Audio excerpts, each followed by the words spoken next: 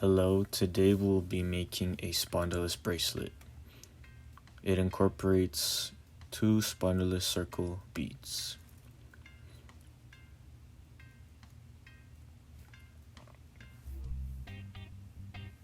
You'll need a lighter, scissors, and a ruler if you'd like. Nylon, twine, or rope is preferred as well. On the left is the shell pendant, and on the right is the shell lock. Both are Spondylus. So what I like to do is I put one rope in first, and this will usually be the right side of the necklace, and I make sure the Spondylus bead is in the middle of my rope. Then I go under and put the rope that's on top back from behind, if that makes sense. I'll show more pictures just to clarify on what I'm saying. Then you'll make that knot tight and make it even on both sides so it's holding the edge of the Spondylus bead, so I can lock the bead in place. Make sure it's tight. Then you'll have to tie another knot on that, and it'll look just like this. It'll look very distinct and look just like that. So if your knot has those 2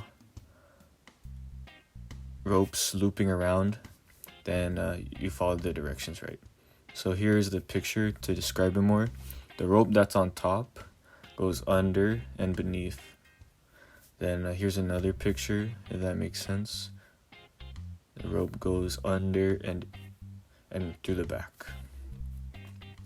That might be a little confusing, so I'm going to do another demonstration just in case you didn't fully understand that. So here we have the shell pendant and the lock. The lock is on the left side of the screen. So I'm using a thicker nylon rope. So I'm going to do a trick that I saw another carver use. His name is Menhalam. I hope I'm saying that right. I'm not used to saying that Chamorro word. But you can see I'm burning the ropes together so they can fuse into one rope, and I can squeeze it through the small hole. It's not small, but the hole that I made. Then I'm melting the ropes together. Then I'm gonna I'll wait a couple seconds to merge the ropes together because I don't want to burn myself, but I did end up burning myself. So yeah, I try to use other things to protect my hands. Yep, and right now I'm burning the ropes together.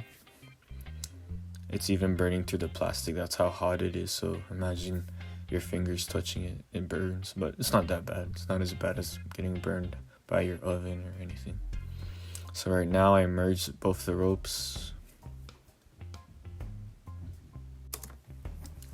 So now I squeeze both ropes in, but I merged them by burning them together. And now I'm recreating what I did on the other rope. So I basically did the first one as a demonstration, but now I'm doing the real thing.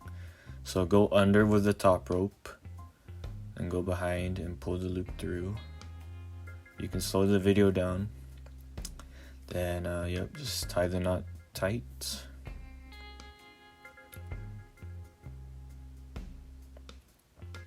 Just tie the knot tight just like that. Then I'm going to show how I do the top knot. You go under, then you go from behind. Oh no, you go under, then you go the same way, and you just pull it through. Go under and pull it through the loop. And you'll have those 2 distinct little loops, or how you call that, but you can see in the video and pictures what I mean by those 2 little things. Then we're going to do the same thing on the other side.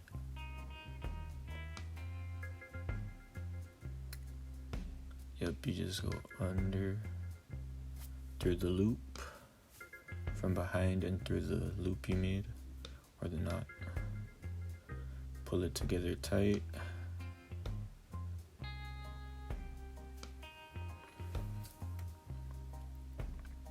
Yeah, I just taught myself how to do this yesterday. Then yep,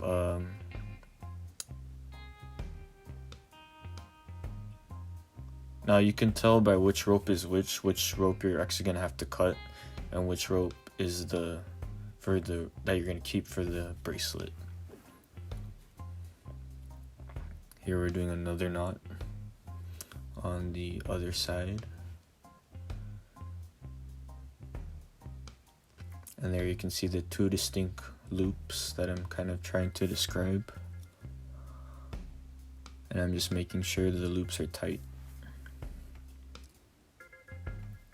Loops and knots have to be tight.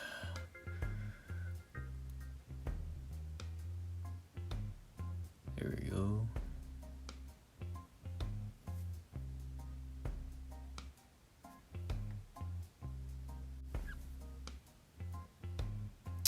And I'm just showing how the current progress of the necklace is and just checking it out if it's all well. Then you can tell, so the rope that ends up being straight is the one you're going to keep, and the rope that goes in a different direction, like up or sideways, is the one you're going to cut and burn. So it'll look right if you cut it the right way, basically. So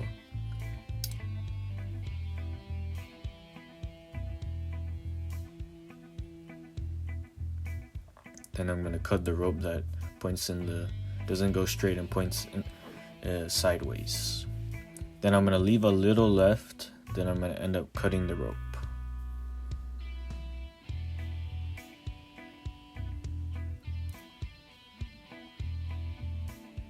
So I leave a little, then I burn it for security purposes so the rope doesn't end up fraying or getting old and breaks off or anything.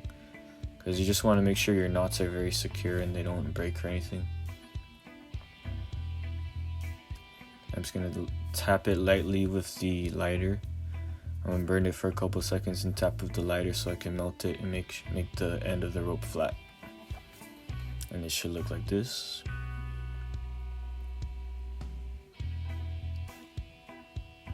Now I'm just going to do the same thing to the other side.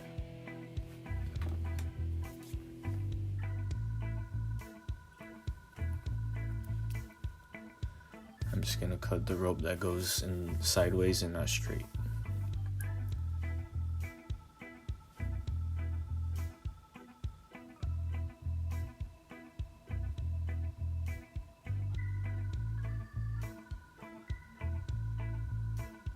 Just leave a little left on the rope so you can burn it and flatten the end of the knot.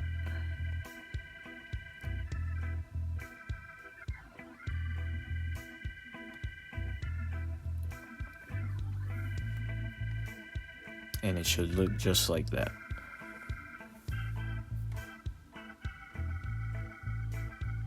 Okay. Now I'm gonna measure out exactly how long I want the bracelet to be. So I'm trying to aim for 6 inches total, and that's with the end of each rope. So I'll tie the shell lock will be on the right, and on the left will be the overhand loop knot.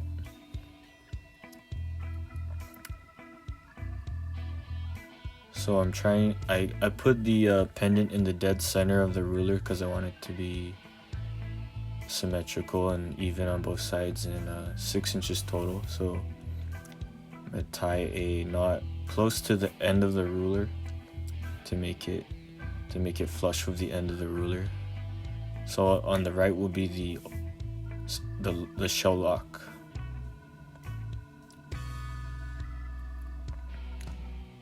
So right here I'm basically at like a 1/4 inch from the edge of the ruler. I'm gonna tie my knot because I need about maybe 1/4 to 1/2 inch extra for the shell lock, and the other knot the security knot that I'm gonna tie on top of the shell lock.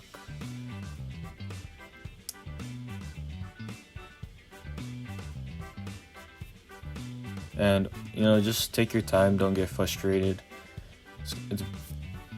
you know, like your necklace and your bracelets will last a couple years, so you want to make sure it's right and not rushed.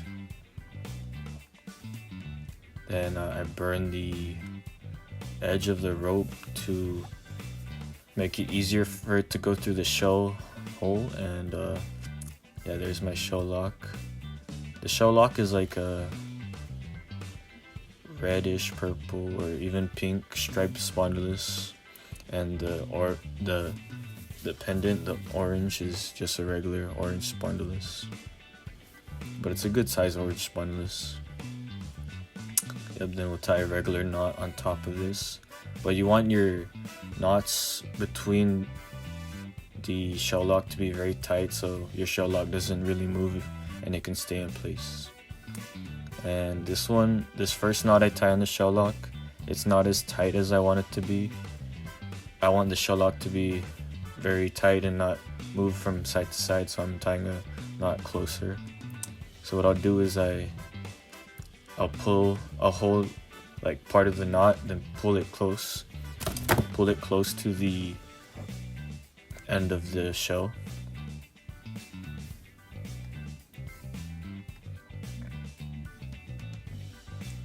Then this part was a little complicated. There's a lot of trial and error, mainly just because I was trying to get the right sizing.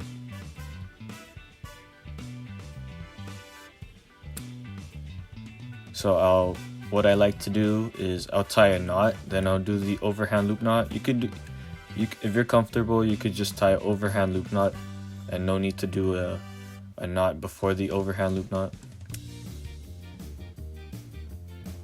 If you don't know the overhand loop knot, I'm about to show you how to do it. I'll also leave a tutorial on how to do it in the video description. So I keep on having to tie the knot before the overhand loop knot closer, just because of how small this bracelet will be, just 6 inches total. The other bracelet above is about 6 1/4 inches, and it fits me pretty tight.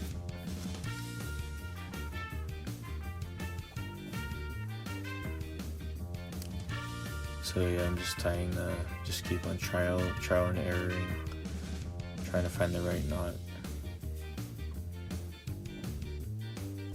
What made me do this, or try to find a new style to do this, is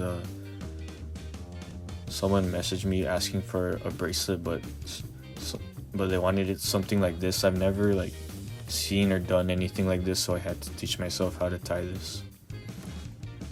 Took a little trial and error, but I eventually got it. So what you do is you'll have both ropes together, then you'll loop it around. But don't worry, I'll show, this is not the final knot.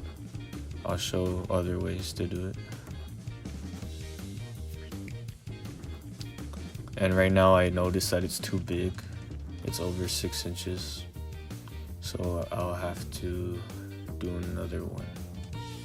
And I'll give a better description on how to do it, and I'll leave a video tutorials on how to do the overhand loop knot later.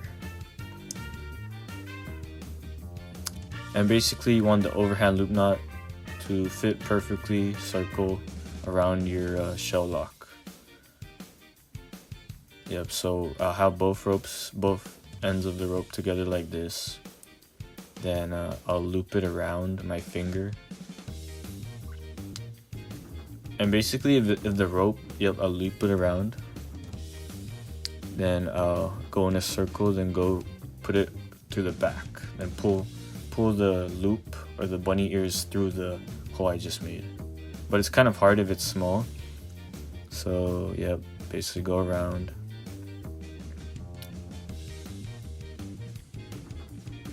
And pull the bunny ears through.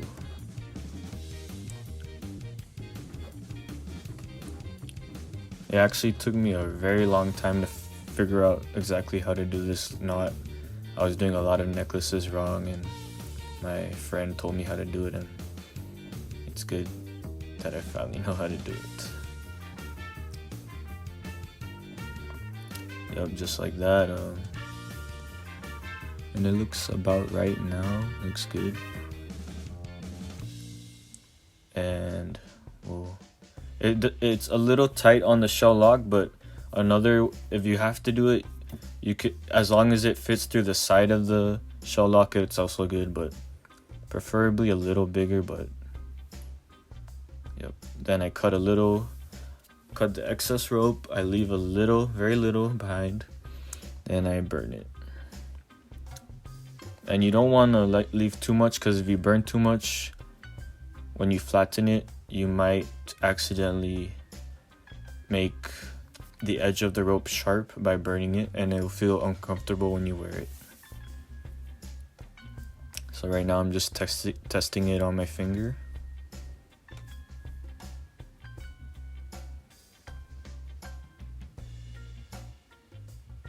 And I'll cut the excess rope and burn it as well.